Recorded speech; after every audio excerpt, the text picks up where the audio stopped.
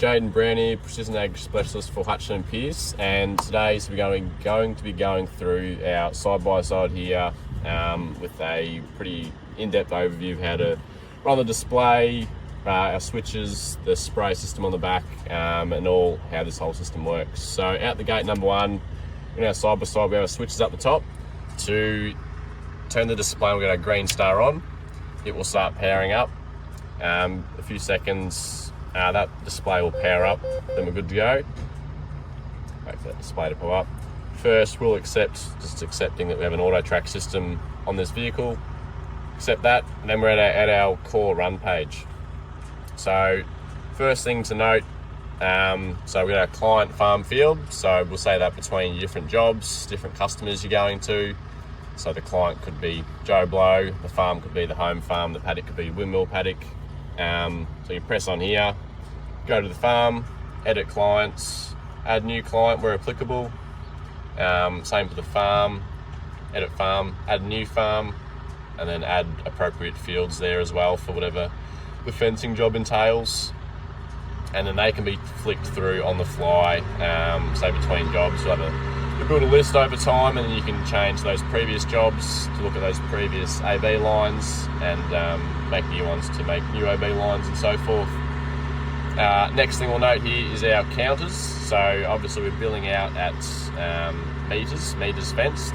So we have live meters. To zero that, press our clear, reset, accept. Our mirrors is now 0. That is coming off the GPS. That's where the meters is being recorded from. Hectares here, which is just our recorded area. So when our auto track's on, it's going to record area. So what's important to a green star steering system is our 4 pieces of the pie. So one means we have a steering system there. To engage the second piece of the pie, we have an auto track switch up here. We now have 2 pieces of the pie. Third step is to either flick it on, so we can press here, or we can alternatively press up here. And then to engage that, we have 2 options. We have our auto track resume button down here on the steering wheel. So when we're on our straight line, we can jump in our line and away we go, or we can press the switch up here. It has a click in it, and we can engage our auto steer from there as well. Next thing to note is our distance trip. So this is where we set up our fence line spacing, whether we're spraying constant or marking posts. So our event counter here, that's a number of posts. So we're on a 2K run. That will start counting based on our pulses, which is our posts. And simply, we jump on our AB line, resume our auto steer, press start, and that will start pulsing on our distance. So to set up our distance, whether we're using a constant line or a pulse line, we've got an Isobus VT. Press that file there, press on the dot, the arrow and the rectangles. We want to go to universal can controller, which is our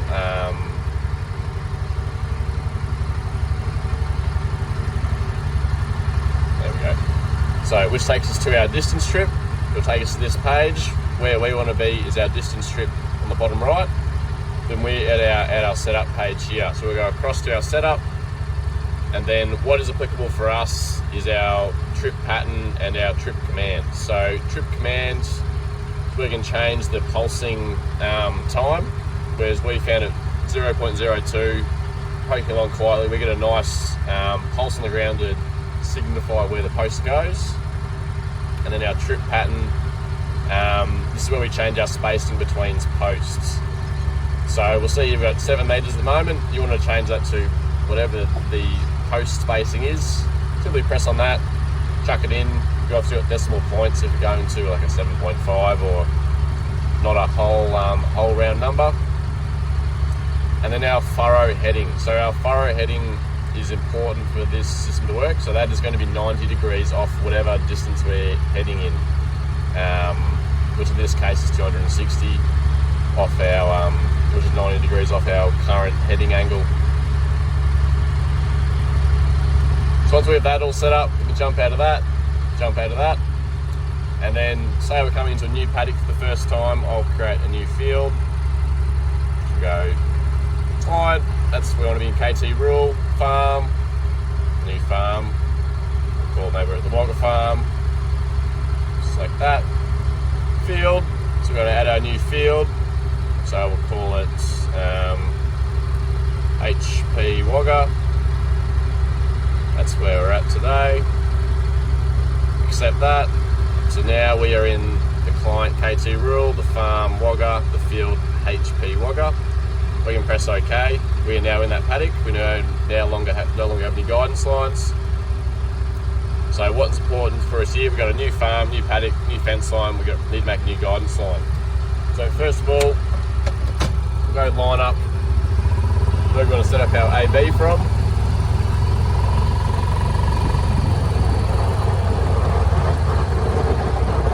So we'll go raw around, get nice and straight on our line. And this method here, this would be what we will be doing if we're going to be doing it, jumping on the fence line in the gator itself. We do have the option to take the receiver off, use an extended harness, and essentially mount the receiver on a stay assembly or a post. In this case, we're going to make an AB line from the existing fence line. So we go across to the guidance tab, and we go up to set track, and we're going to make a new track. So we can make a new track just here, or new track just here. The same thing, we'll press the yellow one. And we've got all our options. So we make an A+ heading. Maybe we already know the bearing that we want to go on for this fence line. So we'll name it whatever we want. Maybe we want to name it, say it's going at 350.889 degrees perhaps. So we know what the heading is. So we'll call it east fence, north fence, whatever makes sense to the job. And then for an A+ heading, we will pump our heading in. So we'll maybe go, for example's sake, the same heading we did for our line name. Accept that. Set A, press done. We now have an AB line which is going to be 350.889 degrees. And then we can nudge that, center that line to be in line with our fence. And then we are all good to go with an AB line. Now, important to note, so we want to be 90 degrees off that 350 for our distance strip to work. So we're just going to go double check ISO BT. Once you've visited distance strip, it'll hold the previous place you went, but in case it didn't, go back to distance strip, go to trip command, trip pattern rather, and we'll make sure our degrees is 90 off, so that we know that's 90 off, roughly 90 off. 350, so that there will suffice as well. That's all good there. Right, so we're on a nice straight line. We're all happy. Our counter's 0, so we'll 0 our meters. So no meters, no event counter, no posts have been done yet. And we're on our B line, we're ready to start. So we're at 3 pieces of the pie, which is also good. Now we want to do our pumps. So up here in our switches, pump 1 is our post pump. Flick him on. Pump 2 has our constant, so our fence line pump. And then our master switch is sprayer on. So whether we get starting from a standstill, we'll get going on the fly, go into drive, go on auto track, so we're steering, we're recording, and then we're going to start spraying. So both pumps are going, and we have to enable our distance strip as well. So we've got our meters counting down, we're going out at 7 meters. It will flash up here when those posts are getting put in with the system. You'll see our counts are going up here too. Obviously counts because we're pulsing so often, it's skipping the number, even though it is marking accurately behind us. Also all our pulses, our straight line for our spray. So straight line being our fence line guide, and the pulses being our posts.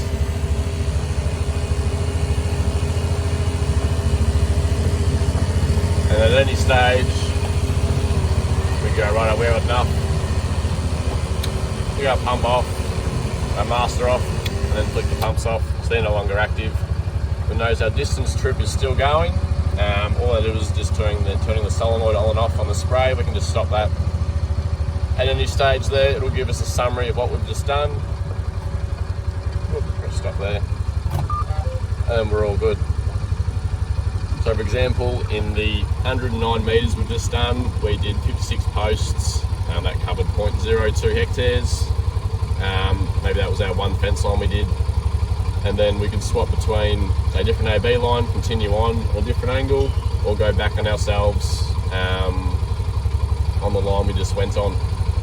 So right, maybe doing multiple fence lines and multiple angles. I'm like, righto, Jaiden, I want to make an AB this way, AB that way, I want to have multiple ABs. How do I do that? So we go back to our guidance module, go to our set track, let me just add new track and do as we previously did there. In this case, maybe doing another A plus heading. Maybe we're knowing this is going to be the east fence.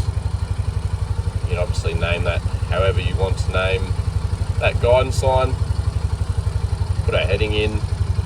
Maybe our heading is going to be 35 degrees. Set A, done. So you see that clearly. That's on another angle.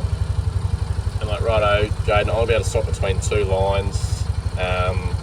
So we can utilise our swap track button here. So we're swapping between our straight line, well, both our straight lines there, and we can see which line's which there quite easily, as well as making a B line. We'll cover off that as well. So back to our guidance, set track, new track down here. I'm going to pick our different method, so A plus B. So say we're up against our stay assembly, and we'll call this north fence.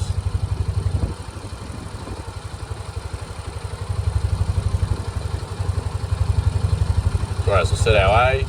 We'll ask us to drive 3 meters. So we'll drive forward. That'll tick off once we reach under that meters.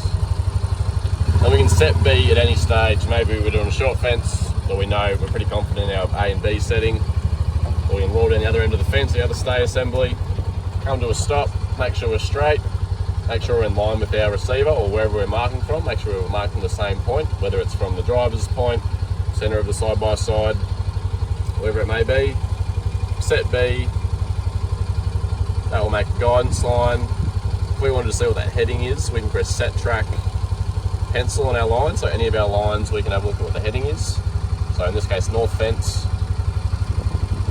go to coordinates, got our lat long there, our heading, and we can verify the lat long and the heading there as well as we can do the same for any of our other lines as well. And those lines are all being able to be swapped between as required via our swap track.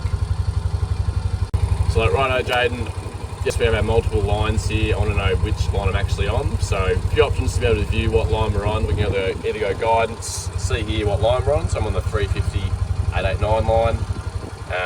That will show you what track you're swapping to next. We can either go in here, select our track, press OK to know that we're on that line as well. Otherwise, we can swap pages. We can go to our other page. We have our line over here, just a big mapping page. So we can swap track. See that name clearly change on our line, know that we're on a different line. That's where we can see that there as well. And important, if for whatever reason the receiver is coming off the side-by-side, maybe you're taking it off for whatever reason, the receiver needs to be calibrated each time, which is called a TCM calibration. So to reach that, easiest way, go isobus VT. We'll go to our arrow and rectangles, go to Starfire navigation. So now we're on our receiver page. So to calibrate this, we're going to go to our setup tab, and then we're going to go to our field calibration. So whether it's calibrated or not, you can calibrate it as much as required. To do a calibration, simply do a cal, and we will mark our fixed axle. So on our side-by-side, that's going to be our rear axle. So whether you line up against a post or get out and mark it with your feet along the side, which is what we'll do. So we'll get out, we'll mark lines against the fixed axle, spin around, do a 180, and then we'll jump back on that fixed line to do a TCM cal. I'm going to come out and mark our points on our fixed axle. So I have to do a parallel line with the vehicle, and then one across that lines up with our fixed axle. This could either be spray paint line. We can also go with, say, a post or a tree, something that's a nice fixed reference line. And we do this on both sides of the vehicle.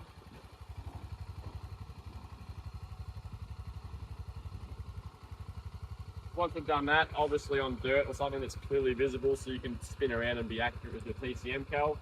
Once that's done, we can jump in, do 180, which I'll do now, and calibrate our TCM. So we pressed our cal button. I'm going to do our 180, jump back on our same reference line.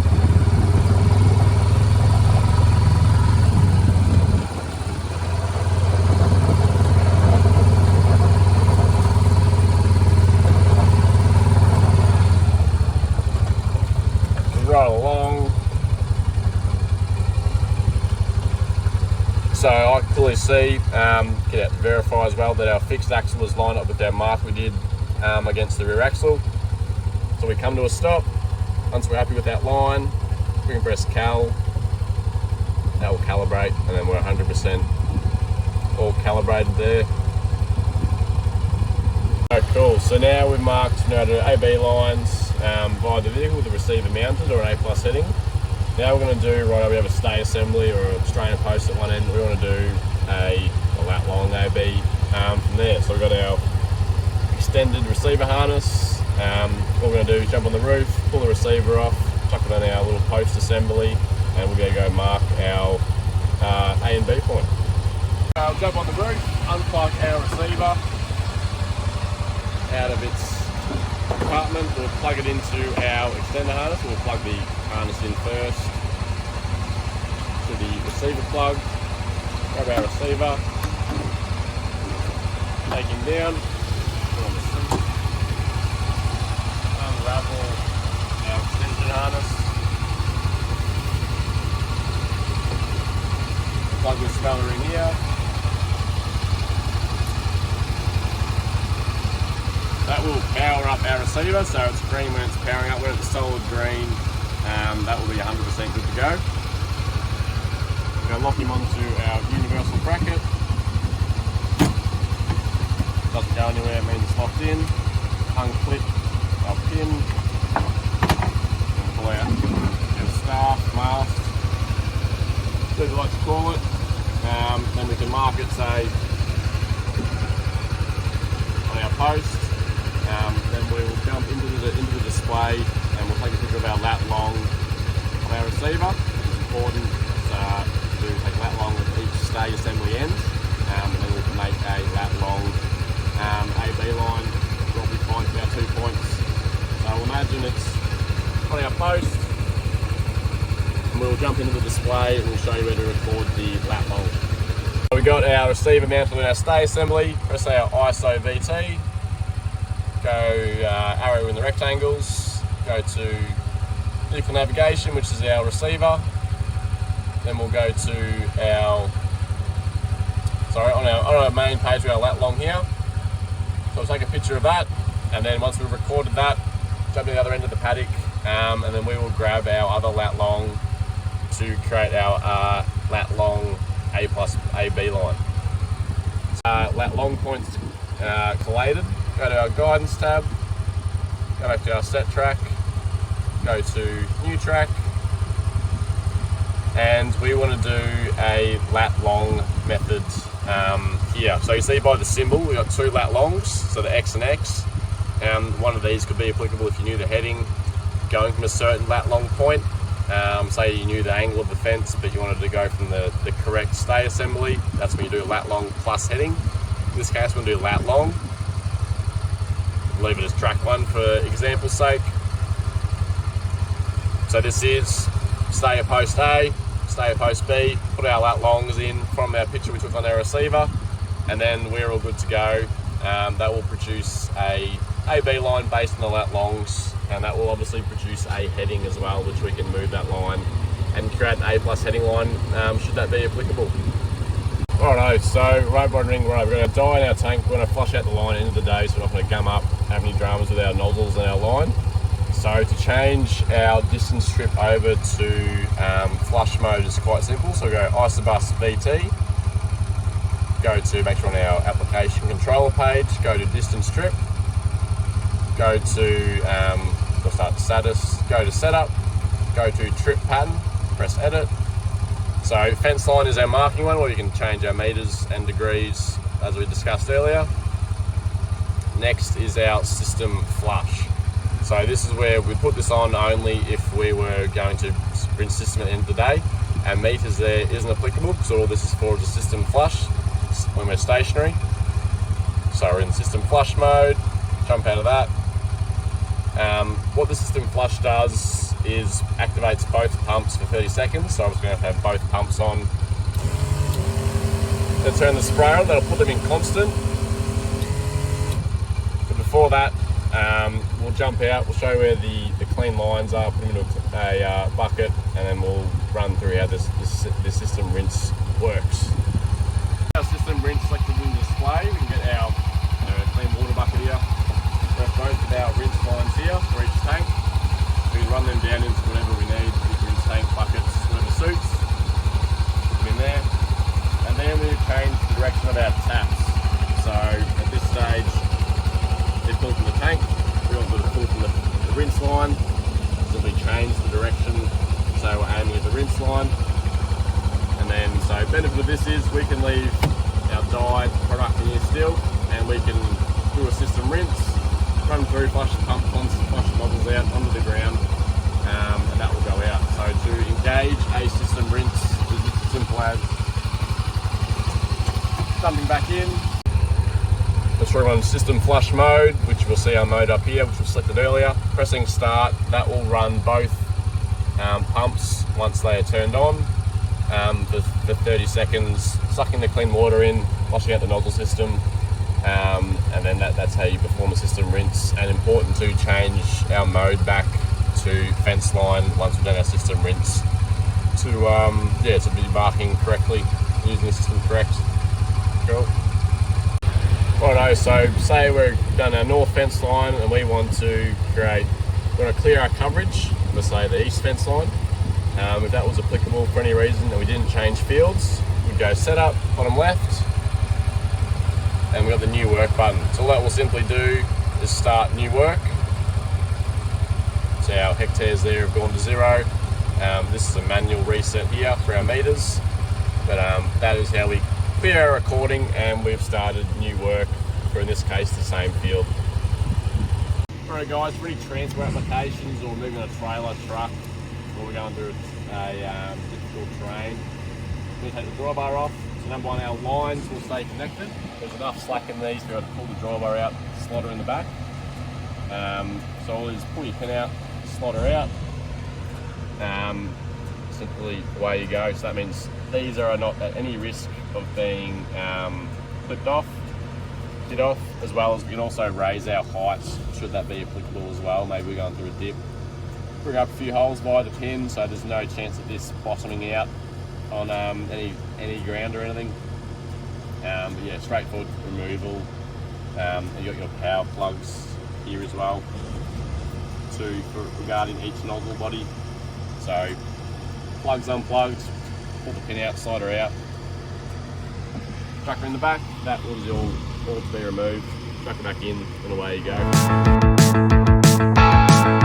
G'day guys, we're going to be going through the operations centre and the DIRS connected tools that we can utilise or that come with this machine. So number one, come to operations centre. That will take you to your home page. And so why do we want to use operations centre in the first place? So we got live location of the machine via our modem that's installed in the machine. We can go across to our map view. We can see where we are today, so we're in the Wagga branch. We can click on our side-by-side, see the green lines where this machine's been today, as well as if it was idling right now, what speed it's currently doing, where it is. That's live location off the modem. As well as we can also see what modem's paired to it, the display and the receiver. Also, a cool thing we can do is either get directions to the machine or RDA, which is remote display access. So we can log into the display and essentially see what the operator's doing, where they're up to. So if I was able to press the RDA button on Op Center right now, it will load, take a few moments to load on your phone, any mobile device or laptop. On the display, you'll hear a chime and a blue border will appear around the display, signifying that the RDA session has started. And we can see we've logged into the display. It's probably a few, up to 5-second delay behind what's actually happening. So if we were to go into, say, our guidance tab, we can see coach and operator through something, see where they're up to. Simple as just a view up, maybe to see how many posts we put down, how many meters we're up to. Needed to go through anything, we can go through that with whoever's in the vehicle at the time. That's the benefit of RDAing a machine. As long as the machine's on, that can be done. Off there. And then also on the app, all of your data will come up as well. So if we're able to select a field, client farm field, you can press on that, go to any of your paddocks, and you'll be able to press on the layers of work done. So where you recorded on, say, a north fence of John Smith's place, you can go through there, on Op Center, as well as that is all usable on the laptop platform as well. So we see meters recorded, hectares covered if applicable, and hours recording, so that's hours on auto track as well. Also regarding RDA, our tech site team can utilise that as well. Maybe you have a drama with your steering or the distance trip, like, oh, I can't remember this part or that part, like someone to explain it to me over the phone. Our tech site team can log into the display, same as what you can as an operator, owner-operator. They can coach you through something or diagnose something or give you a hand with it on the fly, which is really handy. And our tech site team, they're a team based in Wagga. They're diagnostic technicians that are there for over-the-phone support to get you going. Thing to note in the display, guys, we're going to talk to you about our receiver and its signal. So this receiver is paired with SFRTK, which is an annual license. This is 2.5 centimetre repeatability. While this is important, is you can drive on that same fence line forever and only vary up to 2.5 centimetres. As opposed to free-to-air, which is 0 to 15 centimetres. If you're on a guidance line, a free-to-air line for longer than 15 minutes, that line will shift on you, as well as every time you turn or jump off that line, you are open to your line shifting up to 15 centimetres, and we don't want the zigzaggy fence line, so SFRTK is the most effective option to keep straight lines forever throughout the course of the fencing, or if you have to go back and redo everything, that line will be exactly straight to where you want it to be. So we see our SFRTK signal. It'll tell us our live signal there. So upon turning on the vehicle, it'll take 5 or so minutes to get to 100%. Once you're 100%, you have the maximum signal. Also to note, this is a 12-month license, so you renew it every year. So to view where your license is up to, number one, you get emails. You can view this on Op Center. Next, easiest thing in the display is go to license type, SFRTK, and you can see the expiration date just there. So you can go right out. May next year, this thing's going to expire. You're aware of that. All pretty straightforward there. So back with our SFRTK, to renew that is a simple call to our tech site team, or you can talk to your salesman Tom as well. That is $2,275 plus GST a year for that correction signal. That's 12 months, and there are your two options to renew that there. For any future purchases, don't forget to contact your salesman Tom Clemson for all future quoting needs. And